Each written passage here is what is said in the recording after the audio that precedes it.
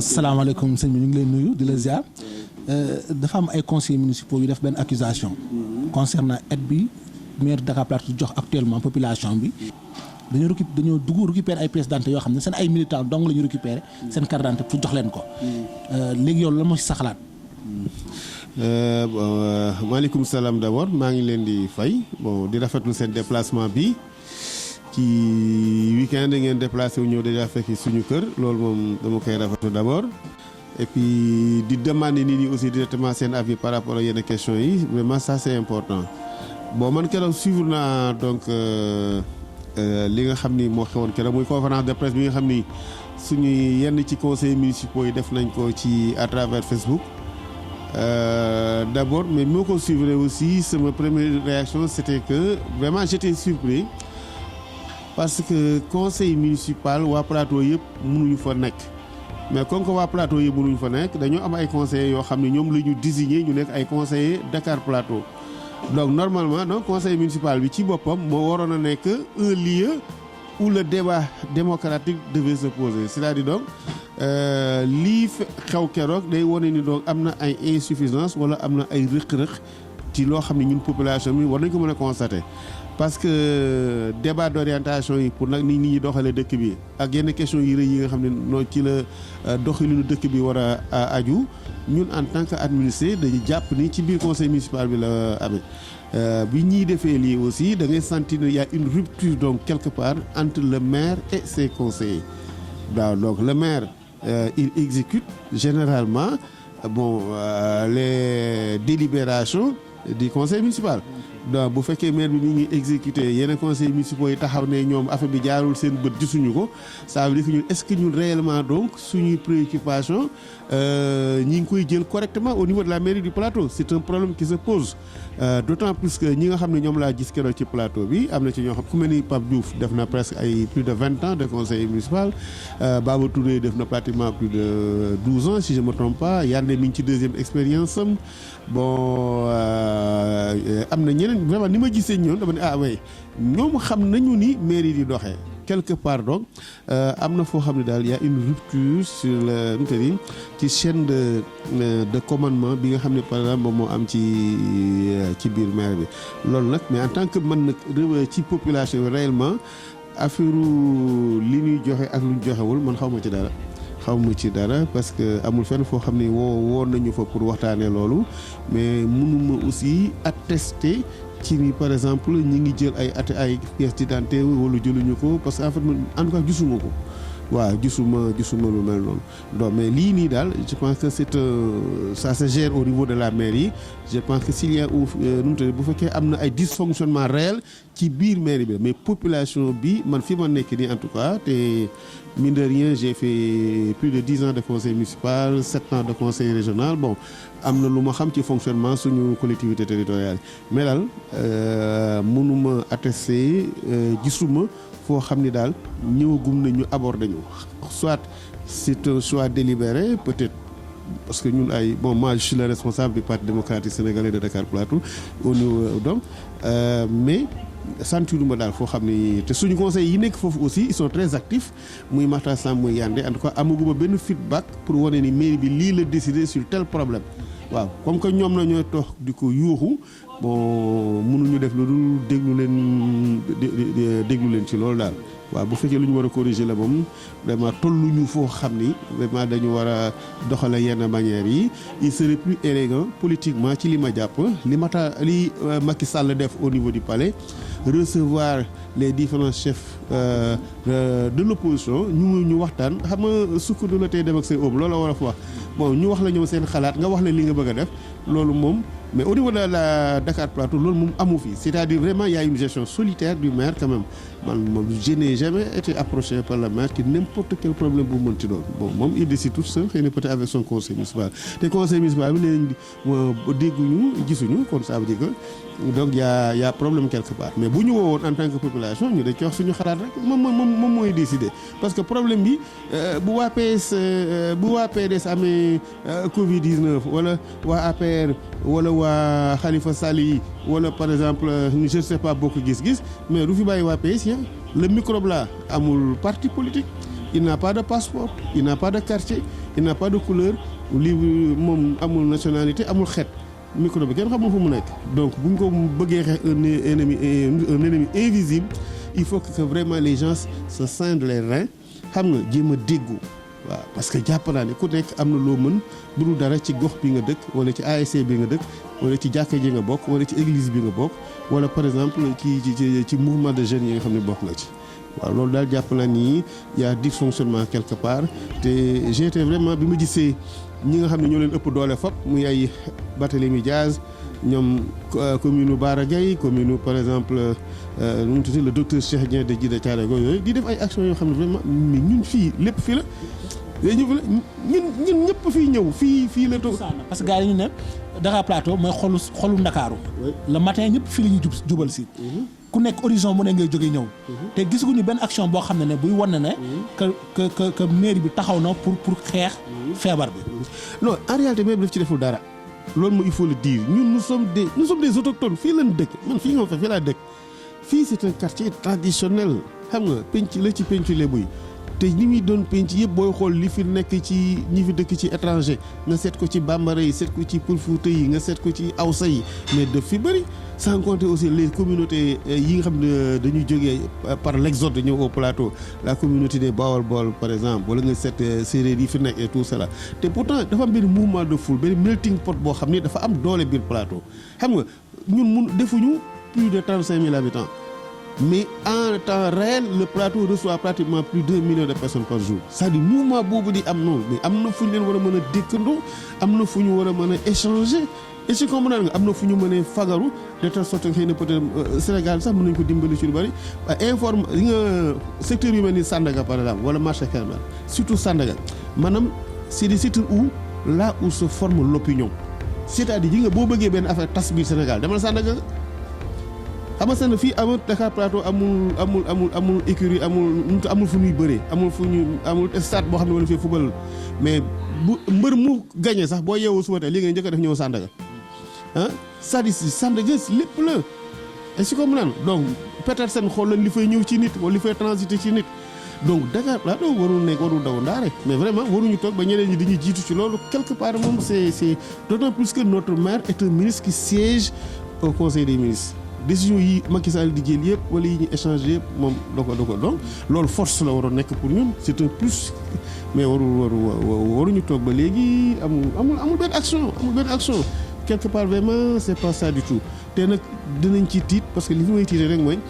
conseil municipal bi moo waroon a waxtaanee yenn débat yi bon bu ñu ko waxtaaneewul ba di ko waxtaanee ci mbedd mi donc je sais pas y a lieu de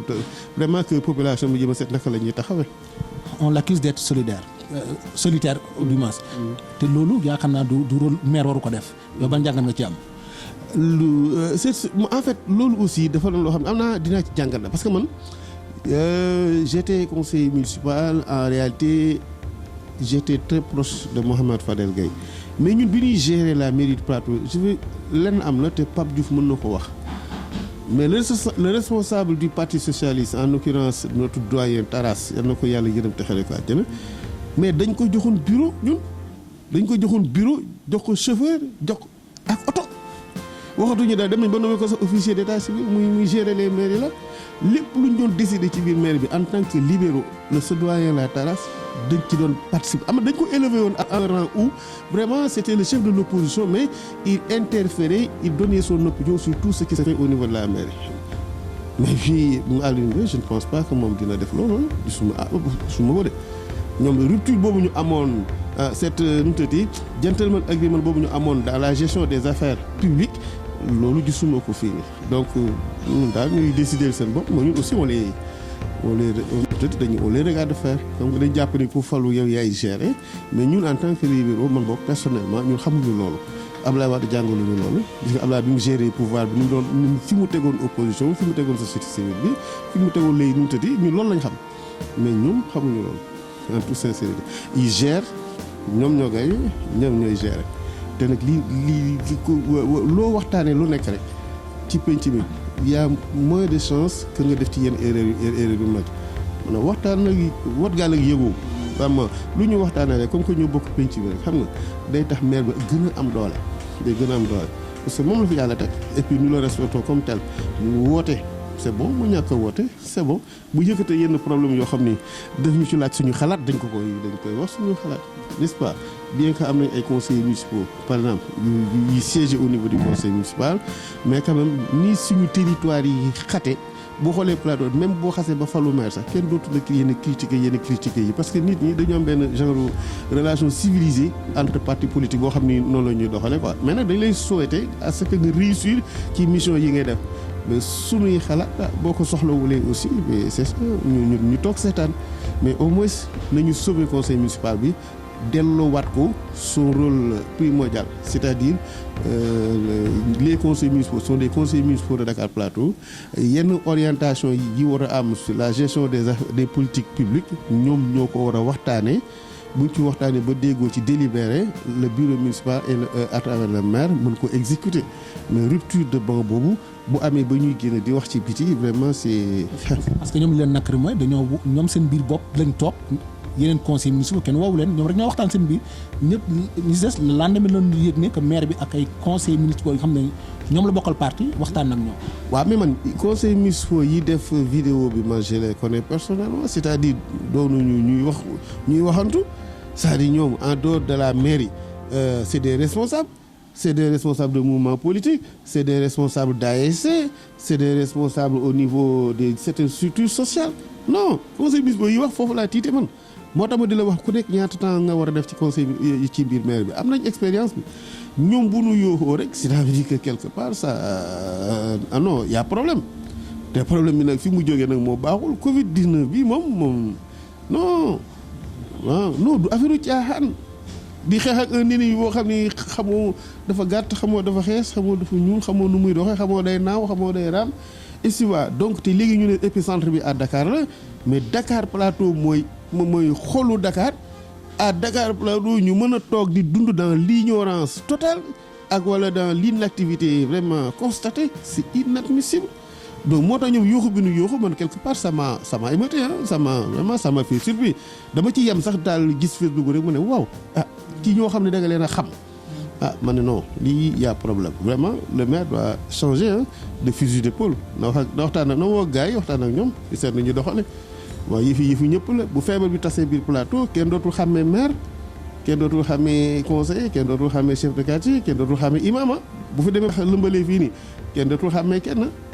comme imam yi nga tudd nii yaakaar naa problème bi su amee war nañu mën a impliquer imam yi impliquer ci en même temps parce que aide bi suñ koy wax. imam yi ak bàjjenu gox yi ci lañ bokk. ñoom yaakaar naa ñoo gën a jege population bi.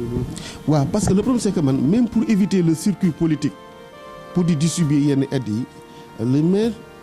Comme que déjà ñu commencé di instituer ay conseils de quartier mais war nañ mën def de que ñu créer ay comité ad hoc ci biir quartier yi yoo xam ne chef de quartier bi moo koy piloter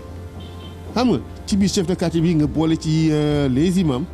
boole ci les responsables d'ASC boole ci bàjjenu gox yi boole ci par exemple les conseillers municipaux et c'est comme naan bon ak yeneen nu mu tudd yeneen leader par exemple de la société civile yoo xam ne ñu ngi fi dans les quartiers ce qui fait que ñoom xamante nañu xam nañu famille yi sonn xam nañu les couches les plus vulnérables au niveau de leur quartier ñoom mën leen a identifier sérieux leen c'est ce qui fait que le maire day am par exemple les vraies informations mais boo jëlee sa parti pour mu di la informer muy moom muy man muy keneen ak keneen li ngay njëkk a xalaat da ngay déplacé wu ci militant bi nga xam ni chaque fois boo ko wooyee mooy sol mbubb mi ñëw tàccu la ki nga xam ne jeune bi nga xam ne moo lay solal sa t-shirt wala ki nga faral alors que tu fausses le problème dans une famille de 10 personnes bu 5 personnes nekkee PS ñaar nekk PDS ñett nekk bokk gis-gis exemple bu fa feebar bi duggee du xàmmee kenn du noonu du xàmmee kenn non nañu gérer les choses de la manière la plus lucide possible te ñu delloowaat suñu bopp ci gëm. expérience bi nga am conseil municipal nekkaat conseil régional. tey conseil municipal nan la war a mel un bon conseil nu mu war a mel. le bon conseil municipal ci ni ma ko jàppee man dafa war di taataan les vrais problèmes yi nga xam ne par exemple moom lay dund ci moom la waa plateau di dund. mu mën di leen sérieux et c'est comme nag di ko poser par exemple au niveau de la collectivité territoriale parce que collectivité territoriale avant ñuy def seen budget dañuy am li ñuy tuddee le débat d'orientation xam nga dina am benn débat d'orientation boo xam ne par exemple day am ci seen biir débat d'orientation ci la ñuy xool les actions phares à mener au niveau donc de la collectivité donc conseil bu nekk li nga constaté ak la nga xam nga mën ko poser foofu noonu ce qui fait ensemble ñu jéem a seet du ñu mën a defandoo lépp au moins ñu mën a dégager des priorités par exemple def benn plan d'action xam nga ci kaw loolu nag maintenant ci la ñuy mën a budgétiser maanaam en fonction des potentialités réelles par exemple financières réelles de la mairie xam nga ñu mën a seet yan action prioritaire moom la ñuy mëne ce qui fait que ëllëg bu fekkee décider dañu dara ci après débat d'orientation bi ñu wootee par exemple le ñu débat budgétaire xam nga ñu def débat budget ba du diggu voté budget bi mais daf koy wóor ni le maire li muy exécuter au moins pour mu jum ci du bari parce que lu ci bëri fekk na gars yi taataan nañ ko ba xayma ko ba def bind ko ci këyit moom du def lu dul xëy na peut-être di exécuter avec l'administration bi nga xam ne moom la nekk mais gis nga lu sooxee ci loolu lu nekk rek xam nga du dimbale maire lu soxla lu nekk bu fekkee conseil yi duñu maanaam du ñu participer bu fekkee amul débat d'orientation bu fekkee le budget a été escamoté soit loo xam ne dañ koy voter d'une majorité mécanique par exemple di voter ay affaires yoo xam ne du priorité ci population bi tu vois donc toujours est-il que les vrais problèmes on les laisse là. xam lay jox benn exemple nous sommes en train de construire des édifices c'est bien beau mais imaginez une population comme Rebeuss nga xool ko ci kaw ba ci suuf amul benn poste de santé. te population yi gën a mag Rebeuss la nekk Rebeuss mooy densité bi gën a mag biir plateau même dans certains livres géographiques dañ la daan wax naan le Dakar plateau et Rebeuss pour wane importance bi Rebeuss am ñun plateau boo ci génnee Rebeuss li ci des bariwul de amul poste de santé à part Kër Sër boobu c'est privé ah et si comprendre mais par exemple yenn yaaf yi ba la ñu koy def mënoon nañu rapprocher ñun li ñu daan tuddee ñun médecins sans blouse c'est-à-dire faire une santé de proximité rapprocher les secteurs les structures de santé aux populations de base mais Rebeuss dafa war a mën am et si comme là Rebeuss war na mën a am d'autres structures yoo xam ne d'encadrement par exemple yi nga xam ne au moins dina amal njëriñ population bi te yooyu yëpp ñàkk supposons yéen ñàkk waxtaan yi moo koy indi. d'après sa expérience côtoyé nga ay maire yu bari léegi ban message ngay lancé Alioune Ndoye en tant que tel. bon lii moo koy lancé le maire c'est lui qui a été élu et man je constate que il fait beaucoup d'efforts quand même il a changé pas mal de choses yoo xam ni day laaj fit day laaj initiative n'est-ce pas mais maanaam ces relations par exemple avec ses conseillers municipaux vraiment ça ne passe pas du tout ci constat bi ñu ci am mais ces relations aussi vraiment avec même politiquement ñi mu seqal Dakar Plateau ça ne passe pas en fait sur le plan relationnel daal war na mën a changer lu bari xam nga il doit être plus proche des populations xam nga il doit écouter aussi ses conseillers écouter ces leaders des organisations communautaires de base et c'est comme naan loolu moom il faut que mu gën a góorgóorlu ci kaw affaire boobu noonu parce que loo xam-xam même le saint prophète paix et salut sur lui dafa amoon ay conseillers xam nga saaba yi ñu ko boole loon uniquement c'était dans cette logique n'est-ce pas yonent bi da leen daan woo di waxtaan ak ñoom wala noonu donc nul n'est parfait seulement nag le pouvoir pour souvent daf lay jox des airs de suffisance yoo xam ni souvent moo lay dévier mais yii nii te ñi ma gis ñuy wax ñëpp man gis naa leen ñu ànd ak Alioune Ndoye ñoo campagne fii le maire ànd na ak Baba Touré ñu ñëw fii di campagne si dans les élections locales xam nga ñoom ak Pape Diouf bokkoon nañu benn parti wala du noonu peut-être Yandé Diop la mosul bokkal parti mais ci conseil municipal bi lépp lu mu teg muy njëriñu population bi les gens le votent sans calcul kon donc comme moom ab dem na ba am loolu mais qu'il essaie de corriger n'est jamais trop tard de bien faire na jéem a corriger ses relations avec ses conseillers parce que ñoom ñooy représenter population bi su bu demee ba yenn temps mu am ko nag souvent nay convoquer des leaders d'opinion wala au moins des gens dans d'autres partis pour demander pour nit ñi jox ko xalaatam seen xalaat ci ni nga xam ni noonu lay defar loolu lépp da koy renforcer rek dialogue politique boobu bon Mohamed Fadel Gaye le faisait en toute sincérité moom sax mu sur beaucoup de plans moom moo une ouverture ci côté boobu noonu il était un maire vraiment ouvert et si comprendre et puis xeebul woon kenn quoi xeebul woon kenn ci xalaatam ak jëf si waa moom da nga ko doon gis d'ailleurs sax day bàyyi otoom di dox ak tànkam biir plateau Fadel fu nekk la doon dugg bon yooyu yëpp daf ci baax na gën a wàcc rek gën a jege population bi bon moom loolu laa ko mën a conseiller mais tout en constatant qu'il quand même il a réussi des choses vraiment mun naa ne merveilleuses quoi mais ñaanal naa ko mu gën a yokk mu gën a réussir te pour mu gën a réussir il faut mu waxtaan ak gars yi. débat bi dañ ko fii yemle léegi sa mot de la fin. bon ce mot de la fin bon en fait dama leen remercier waat une bonne fois du plus lii mooy wane Dakar Plateau am na ressource yéen kan moo leen fay kan moo leen neexal kan moo leen jëndal caméra essence bi ngeen ñëwee fii temps bi ngeen fii def ku leen ko fay yéen fekk si wuñ leen pour laaj leen seen xalaat mais yéen a jóg pour laaj population bi lu ñu xalaat pour siiwal ko tout noonu te ni ngeen koy defee nii yéen vous avez le courage de franchir vos portes xam nga et d'aller vers les populations mais am na ñuy xalaat leneen loo xam ne xëy na ñoom fit gi mayu leen ko mais boo leen laajee rek ñu wax la et si comme naan donc Dakar Plateau il y a que des ressources vraiment formidables extraordinaires ñi ngi fépp ñi ngi ci boo demee Sandial fekk leen fa am Mbot Guy Salane Jekko xam nga foo dem sans fil Barachois Rebeuss Niayes Thioker Kafountine Pikine nit ñaa ngi fi parce que nous vivons en communauté depuis combien de temps et c'est comme li ñuy metti xam nañ ko li ñu ne xam nañ ko suñuy point fort xam nañ ko dañu war a améliorer suñuy point faible et c'est vrai donc le dialogue au sein du plateau dafa war a nekk un dialogue pérenne et constant et puis que nit ñi xam ni Dakar Plateau ki fi dëkk bu jógee Dakar Plateau fu mu mën a dem au Sénégal bu déposer pour ñu demander secours wala demander liggéey duñ ko jox mais ñun généralement Dakar Plateau li mu am comme ressource li ëpp ñi muy jëriñ booy xool dëkkuñu fi xamoon na comprendre ni wax par exemple bu tabaski jotee bon Aliou Ndoye war a joxe ay secours ak yooyu nit ñi dañuy jóge ci commune fu nekk biir Dakar ñoo fi di déposer ay aide ñu leen jox alors que ñi biir dëkk Dakar Plateau am na ñoo xam duñ ko sax am te ñoom mënuñu génne fii dem Médina wala feneen ak feneen di ko fa wut parce que fii benn genre terre d'accueil la nit ñi noonu la ñuy xoole mais bu ñu góorgóorlu loolu dañuy fàtte suñuy population par rapport à des actions que nous menons te gis nga même état bi buy def souvent day xalaat fii la ñuy xalaate biir plateau fii la ministère yi nekk fii la palais bi nekk fii la assemblée nekk fii la sénat bi nekk fii la haut conseil nekk fii la direction yu mag yëpp nekk dañuy tëju di xalaat mais bu ñu xalaatee ba pare dañuy taal seen oto dem Médina Yoro Fula wala ñu dem Thiès wala ñu dem Ourossogui feneen ak feneen pour exécuter des plans du gouvernement comprendre nga rarement ngay gis état bi am ay programme fii étatique biir plateau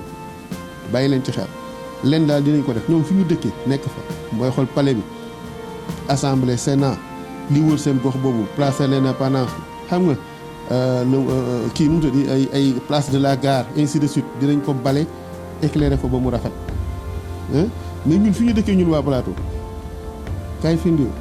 nga jël du xujini dem Rebeuss dem Niayes Thioker doo leen fa gis et pourtant population Dakar Plateau foofu la dëkk ñi la ay locataires la ñuy nekk généralement wala je sais pas des services et des bureaux mais là où résident les populations réelles bu fekkee développement rek la ñu tax ñuy wax développement nit ki tax ñuy wax développement nit mooy porter développement bu ñu koy calculer indice de développement humain la ñuy wax mais ñun on manque de beaucoup de choses yoo xam ne état bi duñ ko defar comme que yàlla may nañu ñi fiy ñëw ñëpp am na lu ñu fiy bàyyi on a une mairie très puissante la mairie bi pallier à ces insuffisances là et se comprendre waaw loolu daal lay wax et puis demander à ce que lépp lu ñu mën a def lépp lu ñu mën a wax dañ koy defee comme nii mu nekk des débats civilisés et c'est comme di entre nous xam ne au-delà de tout après on va se retrouver Anse Bernard ñu dem teeru Baye Sogui wala les gens vont jouer dans les milieux sportifs wala ci ASC yi wala ci quartier yi ainsi de suite parce que benn la fooy dem da ngay dox waaw yal na jàmm yàgg biir plateau yal na yàlla musal ñu ci coronavirus musal ci àdduna bi yëpp nag parce que nous avons des fils du plateau de Dakar Plateau un peu partout dans le monde nit la amul chinois beeg français beeg américain beeg sénégalais beeg xam nga bañaamulee nga non doomu aadama la santé c'est la santé nañ ñaan yàlla mi moom ñëpp daal mosuñu ci feebar bu bon waaw. dolli remercier encore di leen encourager ah. merci beaucoup ñu ngi lay remercier te xam naa ne dinañ jàpp beneen jour ñu toog fii gën a yaatal waxtaan bi parce que waxtaan bi am na solo sooy waxtaan ko am expérience dina la mën a gindi lu bari comme ça jeunesse bi ñëpp jël si seen njëriñ insha allah amul benn problème merci beaucoup je vous encourage et puis je vous souhaite un bon week-end. Merci. Ouais.